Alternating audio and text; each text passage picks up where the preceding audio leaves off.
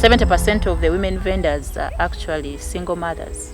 Given that the government is trying to emphasize social distancing, therefore some steps have been taken in the markets, whereby one stall has to be a few meters away from the next. Therefore, that there is a woman who has been displaced in order to create that space. Therefore, a number of our women have lost livelihood. Our initiative comes in where we started mobilizing the public to fundraise some money to support these women vendors, so that we could move the woman vendor from home and go back to work.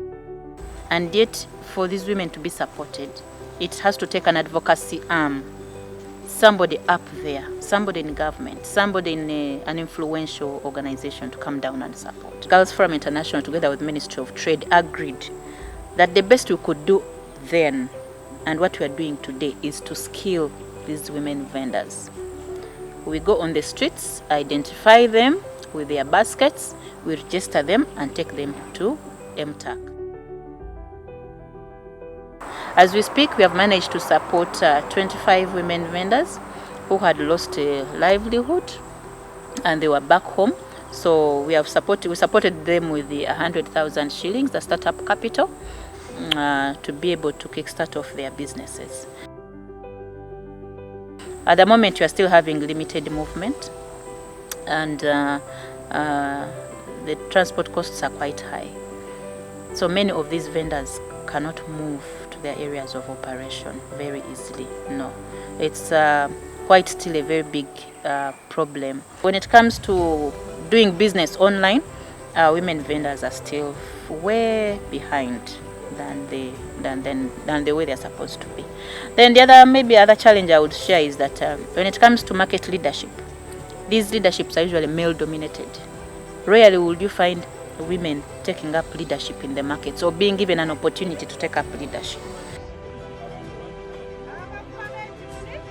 We have had a health camp whereby we had a target of 120 women, and 20 of them were HIV positive, these women vendors.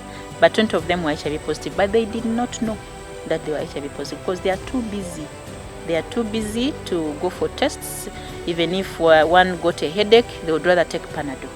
Yeah. So with these 20 whom we found positive, we gave them the necessary counseling, and as we speak, they are on ARVs and they are doing very, very well.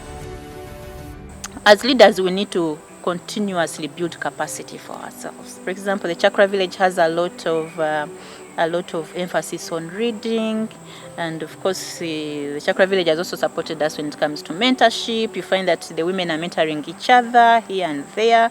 Our strengths are different. I have a strength in women. You'll find another leader whose strength is into law.